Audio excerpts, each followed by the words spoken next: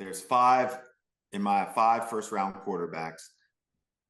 Three of those five are plug and play. Two would benefit from sitting just, for that first year. If you can get them for, we could start that way if you want. I told you on last podcast, it's Caleb for me. Number one, Caleb Williams. Good on that. Bears should take him. Move on from Fields. We talked about that, but let's go next. Believe it or not, Tyler, I thought it was going to be Jaden Daniels, lock number 2 for me, but Bo Nix is in that debate. It's Bo Nix and Jaden Daniels, 2 and 3, plug and play, ready to start. Not Drake May?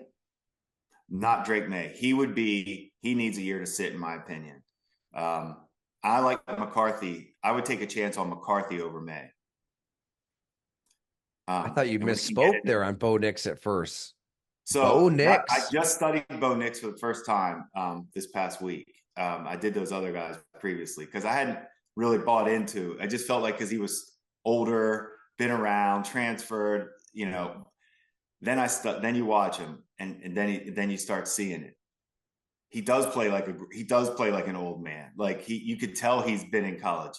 He is so comfortable with everything. He doesn't make poor decisions. He knows where he's going with the ball. Coaches are going to fall in love with his tape. I can't imagine athletically is what I didn't know. He can make every play athletically outside the pocket, making moves, making all the grown man throws, torquing his body. Every throw you need to see he makes. Cross the field throws, cross his body on the move that were drops, that I'm logging as throws you don't see from other quarterbacks. He has everything. I keep seeing he's being linked to Denver, Sean Payton. So I looked it up. He hits the Bill Parcells quarterback formula that Sean Payton started attention to, who Sean Payton and Bill Parcells, obviously that's Bo Nix hits all those beautiful. I'm not a believer in Parcells formula, but I don't know if you know it. Do you want me to spit it out to you quick, or have you heard about the Parcells formula? No. Okay. So the Parcells quarterback formula is you have to be a 3-year starter. Bo Nix was that. You need to be a senior. Bo Nix graduated from college. Bo Nix graduate.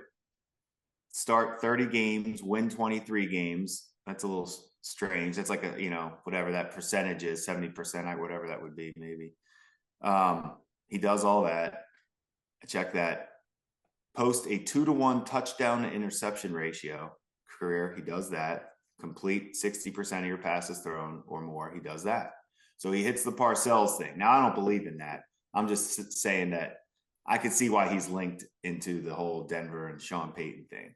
I could see why Sean Payton would want him. I could see why the Giants would want him. That's the team that just kind of popped into mind for me. And then where does he go? Because is this the player that, this is shocks everyone and gets drafted before anybody expects? This is where mock drafts are terrible. I know. Mocks, every team has a different draft board. I can't stress that enough. So the mocks, they do their best, but there's going to be other receivers and other quarterbacks that we aren't like. That's what I'm trying to bring to light. Like Bo Nix is going to be somebody's darling. McCarthy and May are the 2 developmental guys. I do not think they're plug and play. I like both of them. Obviously, the talent is for both of them is incredible. That's what I was trying to say. How the game has evolved. I think the size and athleticism, it's there for all these quarterbacks. Those aren't the weak points. The weak points for May are accuracy, some decision making.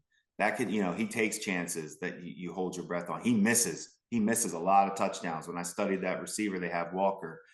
He misses some wide open touchdowns for him. McCarthy, same deal. He plays Bowling Green. You wouldn't even draft him the way he played against Bowling Green. It was unacceptable. Made no sense.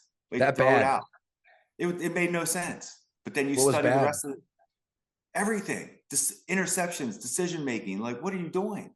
Almost like they didn't prepare for they weren't taking the team seriously. What college kid would at Michigan, and you're 20 years old and you're playing Bowling Green this week. Guess what?